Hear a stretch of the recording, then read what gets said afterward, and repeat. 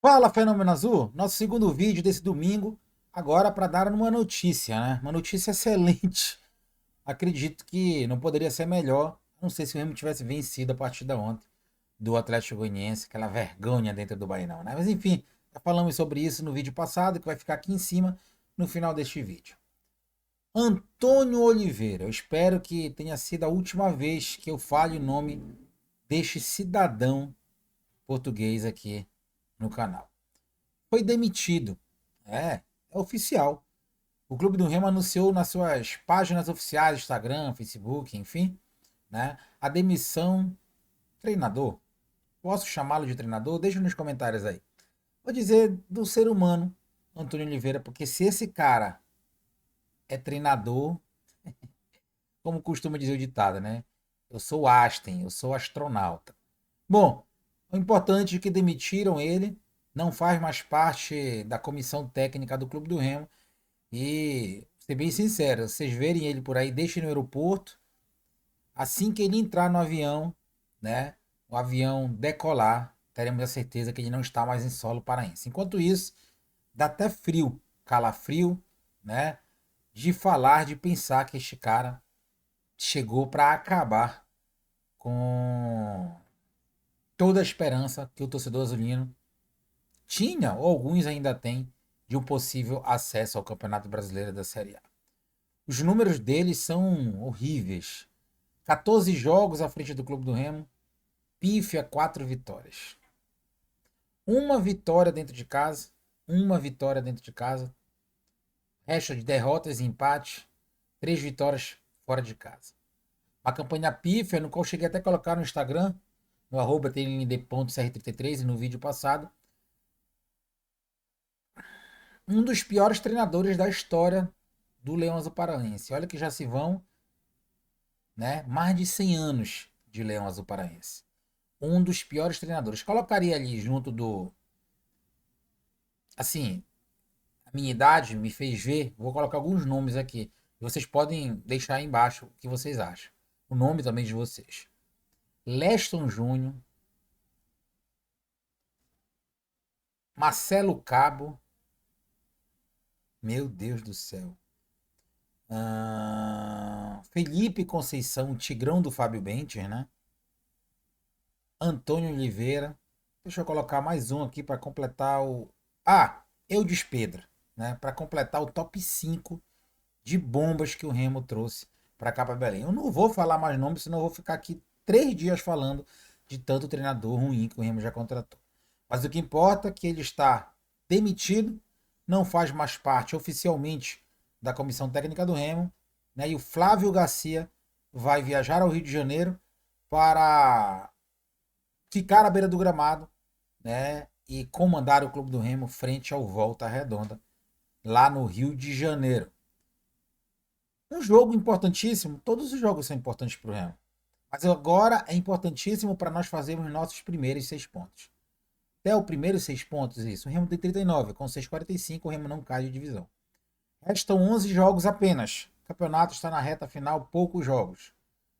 Já se foi aí mais de 2 terços. São 38 partidas, então já se foi mais de 2 terços. O Clube do Remo agora luta para conseguir esses 6 pontos. Matematicamente é possível acesso? Lógico que é. O Remo teria que conseguir 61, 62 pontos. O Remo tem 39 pontos ainda. Precisaria de mais 22, 23 pontos. Seriam 7 vitórias. Para fazer 21, fecharia 60 e mais um ou dois empates. Ou 8 vitórias, só que agora restam apenas 11 partidas. Vamos jogar 7 vitórias? A metade de 11 dá 5,5, né? Então daria ali 6. A gente precisa de 7, 8 se quiser classificar sem depender de ninguém. A classificação, para mim, é quase impossível, tá? E a minha opinião, ninguém vai mudar isso. Você respeita quem pensa ao contrário.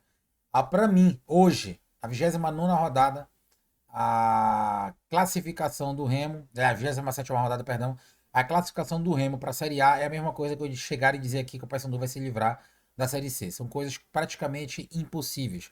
Remo teria que engatar aí, para começo de conversa, 3 vitórias seguidas. Teria que ganhar o Volta, teria que ganhar o CRB aqui, teria que ganhar mais uma fora. Muito complicado, muito complicado. Tá acontecendo algumas partidas agora. Deixa eu ver aqui na internet. O vídeo está sendo gravado. Estamos com o América Mineiro 0, Coritiba 0, né? O América luta para não cair e o Coritiba para mim já está na Série A. Criciúma 1, CRB 0. Se o Remo tivesse ganho ontem, eu ia dizer que esse Criciúma e CRB seria um péssimo resultado. Mas como o Remo perdeu, excelente resultado. É o excelente, porque o CRB não passa o Remo. Fica com 37, né? O CRB não passa o Remo.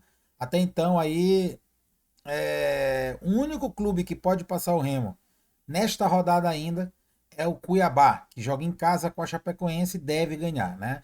Um empate ou uma vitória do Cuiabá, o Remo cai para oitavo, né? O Remo cai para oitavo e o próprio Vila Nova, né? O Vila Nova pode ainda passar. O Clube do Remo Operário já jogou, né? O Vila Nova joga com o Atlético Paranaense fora hoje às 19 horas, então é muito difícil também, né? Um empate faz com que o Operário não passe o Remo.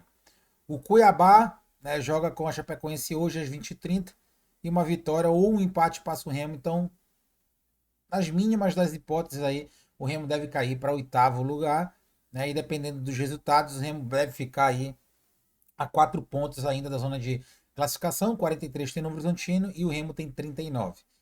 Números que podem ser ainda batidos, o Remo pode chegar no G4, porém a gente tem que ver que não é só números.